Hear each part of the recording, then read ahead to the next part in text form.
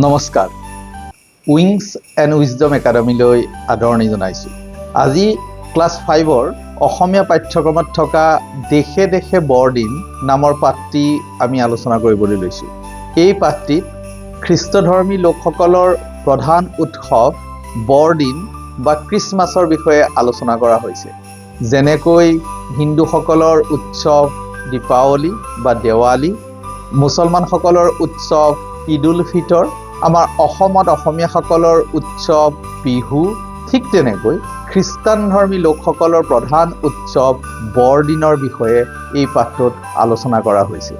আমোদজনক কথা, যেনেকৈ আমাৰ বিহু উৎসৱটো অসমৰ সকলো ঠাইতে একেদৰে পালন কৰা নহয়, ঠিক তেনেকৈ গোটেই বিশ্বতে বৰদিন নামৰ উৎসৱটো দেশে দেশে বেলেগ ধৰণে পালন কৰা হয়। সেই সম্পৰ্কে এই পাঠটোত কিছু কথা কোৱা হৈছে। আমি প্ৰথমতে পাঠটি পঢ়ি যাওঁ আৰু লগে লগে নজনা কথাবিলাকো আমি জনাৰ চেষ্টা কৰিম। বৰদিন বা খ্ৰীষ্টমাছ খ্ৰীষ্টিয়ানসকলৰ বৰ ডাঙৰ উৎসৱ। এই দিনটোত মানৱৰ ত্ৰাণকৰ্তা যীশুৰ জন্ম হৈছিল। ইয়াত মানৱৰ ত্ৰাণকৰ্তা বুলি কিয় কোৱা হৈছে বাৰু? খ্ৰীষ্টধৰ্মী লোকসকলে বিশ্বাস কৰে যে যি সময়ত মানৱ সমাজৰ পৰা মানুহে মানুহৰ প্ৰতি থকা মৰম দয়া ভাৱ নাইকিয়া হৈ গৈছিল, মানুহে মানুহক হিংসা কৰিবলৈ লৈছিল, মানৱ সমাজ ধ্বংস হ'বলৈ আৰম্ভ কৰিছিল, ঠিক তেনেকুৱাতে যীশুখ্ৰীষ্টই জন্ম লৈ মানৱ সমাজক ৰক্ষা কৰিলে। সেইবাবেই ত্ৰাণকৰ্তা বুলি কোৱা হৈছে।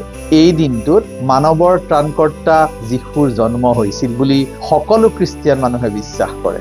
সেইবাবে তাৰ নাম বৰদিন ৰখা হৈছে, মানে উৎসৱটোৰ নাম বৰদিন ৰখা হৈছে। ইংৰাজীত বোলে খ্ৰীষ্টমাছ, কিন্তু উচ্চাৰণ কৰে খ্ৰীষ্টমাছ বুলি, অৰ্থাৎ টিটো উচ্চাৰণ নকৰে।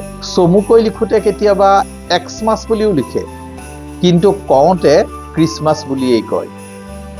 দেশে দেশে বৰদিন উৎসৱৰ ৰং ধেমালিবোৰ অলপ বেলেগ বেলেগ, কিছু কিছু মিল আৰু কিছু কিছু অমিল। বৰদিনৰ তৰা আৰু মমবাতি জ্বলাই পোহৰ কৰাটো প্ৰায় সকলো দেশতে প্ৰচলিত, আৰু তেনেকৈয়ে পিতা খ্ৰীষ্টমাছ বা সান্তা ক্লজ বুলি এটা চৰিত্ৰ সংযোগ প্ৰায় সকলো দেশতে দেখা যায়। সান্তা ক্লজ মানে খ্ৰীষ্টধৰ্মী লোকসকলে বিশ্বাস কৰে যে বৰদিনৰ আগদিনা, অৰ্থাৎ আমি যেনেকৈ বিহুৰ আগদিনা উৰুকা বুলি কওঁ, ঠিক তেনেকৈ বৰদিনৰ আগদিনা উৰুকাৰ দিনা, যিটো ইংৰাজীত খ্ৰীষ্টমাছ ইভ বুলি কয়, সেইদিনা সান্তা ক্লজ আহি সৰু সৰু ল'ৰা ছোৱালীবিলাকক গিফ্ট দিয়ে। Jingle bells, jingle all the way. Oh, what fun it is to ride in a one-horse open sleigh. Jingle bells, jingle all the way. Oh, what fun it is to ride in a one-horse open sleigh. Jingle बिलवा बाजेला, पक्की दाढ़ी वाला बुढ़वा झोला लेके भागेला है। Jingle बिलवा बाजेला, पक्की दाढ़ी वाला बुढ़वा झोला लेके भागेला। घर घर ये आयला तोहफा बाटेला, हर बच्चा चिल्लावे कि देखो संता आ गएला, हर बच्चा चिल्लावे कि देखो संता आ गएला। সান্তা ক্লজ নামৰ এই আধা কাল্পনিক আৰু আধা ঐতিহাসিক চৰিত্ৰটোৰ নাম ছেইণ্ট ক্লডিয়াছ নামৰ এজন ধৰ্মযাজকৰ নামৰ পৰা হোৱা বুলি ভবা হয়। বৰদিনৰ উৰুকাৰ দিনা সান্তা ক্লজে শিশুসকলক ৰাতি মনে মনে আহি বৰদিনৰ উপহাৰ দি যায় বুলি শিশুসকলে বিশ্বাস কৰে।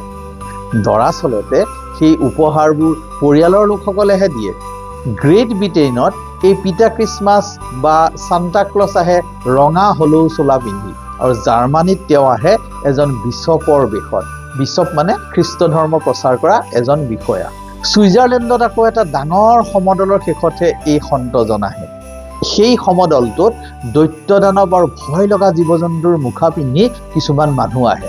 সিহঁতৰ ভয়ত ল'ৰা ছোৱালীবোৰ বিচনাত উঠে। তাৰ পিছতহে সেই সন্তজনে আহি দৈত্যবিলাকক খেদি দিয়ে আৰু ল'ৰা ছোৱালীবোৰৰ বাবে উপহাৰ থৈ যায়। বৰদিনৰ গছ আমি প্ৰায় সকলোৱে দেখিছোঁ। খ্ৰীষ্টমাছ ট্ৰী বুলি যে কয়, ঘৰৰ ভিতৰত গছৰ ডাল এটা পুতি তাত মমবাতি, ঘণ্টা, তৰা আদিৰে সজোৱা হয়। এই নিয়মটো আচলতে জাৰ্মানীৰ পৰা গ্ৰেট ব্ৰিটেইনলৈ মানে ইংলণ্ডলৈ আৰু তাৰ পৰা আমেৰিকালৈ যায়। এই গছ সজোৱা নিয়মটো ছেইণ্ট বনিফেচ নামৰ এজন ইংৰাজ ধৰ্মযাজকে ৮ম শতিকাৰ জাৰ্মানীত আৰম্ভ কৰে। আচলতে ইংলেণ্ডৰ পৰা তেওঁ জাৰ্মানীত ধৰ্ম প্ৰচাৰ কৰিবলৈ আহিছিল আৰু সেই সময়ত জাৰ্মানীত বিভিন্ন ধৰণৰ দেৱতা পূজা কৰা এটা নিয়ম আছিল। এই যে বাৰিষা আকাশত মেঘে গাজিলে বজ্ৰপাত হয়, সেই বজ্ৰপাত হোৱা ভগৱানৰ নাম তেওঁলোকে দিছিলে থৰ দেৱতা আৰু থৰ দেৱতাক পূজা কৰিছিলে ওক গছ এজোপাৰ তলত। ছেইণ্ট বনিফেচ আহি এদিন সেই ওক গছজোপা কাটি পেলালে আৰু ক'লে, চোৱা এই ওক গছজোপা কাটি পেলোৱাৰ পিছতো মোক তোমালোকৰ থৰ দেৱতাই একো কৰিব পৰা নাই। তাৰ মানে আমাৰ এজনেই ঈশ্বৰ আছে আৰু সেইজনেই হৈছে যীশু খ্ৰীষ্ট। এই যে তোমালোকে গছজোপা বাগৰি পৰাৰ ওচৰতে এই সৰু অকণমান ফাৰ গছৰ পুলিটো দেখিছা, সেই পুলিটো চোৱাচোন কেনেকৈ আকাশলৈ চাই আগবাঢ়ি আহিছে। ইয়াৰ অৰ্থ এটাই যে ঈশ্বৰ বুলি ক'বলৈ আমাৰ এজনেই আছে আৰু সেইজনেই হৈছে যীশু খ্ৰীষ্ট। তাৰ পিছতেই সেই ফাৰ গছ পুলিটোৰ দৰে বৰদিনত সজোৱাটো এটা নিয়ম হৈ পৰিল আৰু তাৰ পিছতেই সেই নিয়মটো জাৰ্মানীৰ পৰা ইংলণ্ডলৈ পালেগৈ আৰু ইংলণ্ডৰ পৰা অৱশেষত গৈ আমেৰিকা পালেগৈ। প্ৰাচীন যুগৰ দেৱতা এজনৰ নামত ওক গছৰ ডাল সজোৱা নিয়ম এটা প্ৰচলিত আছিল। ইংৰাজ যাজকজনে কেৱল ওক গছৰ ডালৰ সলনি ফাৰ গছৰ ডাল ব্যৱহাৰ কৰিবলৈ আৰম্ভ কৰিলে। জাৰ্মানৰ ধৰ্ম সংস্কাৰক মাৰ্টিন লুথাৰে সেই গছৰ ডালত মম জ্বলোৱা নিয়মটো প্ৰচলন কৰে। মহাৰাণী ভিক্টৰিয়াৰ স্বামী প্ৰিন্স এলবাৰ্টে ইংলণ্ডত প্ৰৱৰ্তন কৰে। প্ৰিন্স এলবাৰ্ট আছিল জাৰ্মানীৰ ৰাজকোঁৱৰ। আমেৰিকাতো বৰদিন গছৰ প্ৰচলন আছে। তাত এই নিয়ম ঘাইকৈ জাৰ্মানসকলে আৰম্ভ কৰে। তাৰপিছত বহলভাৱে প্ৰচলন হয়। ছুইডেনত বৰদিনৰ সময়ত এটা বৰ মৰম লগা উৎসৱ পালন কৰা হয়। 13 ডিচেম্বৰৰ দিনটো বৰদিন কেতিয়া হয়? 25 ডিচেম্বৰত। তাৰ 12 দিন আগতে 13 ডিচেম্বৰ দিনটো তেওঁলোকে ছেইণ্ট লুচিয়াৰ দিন বুলি কয়।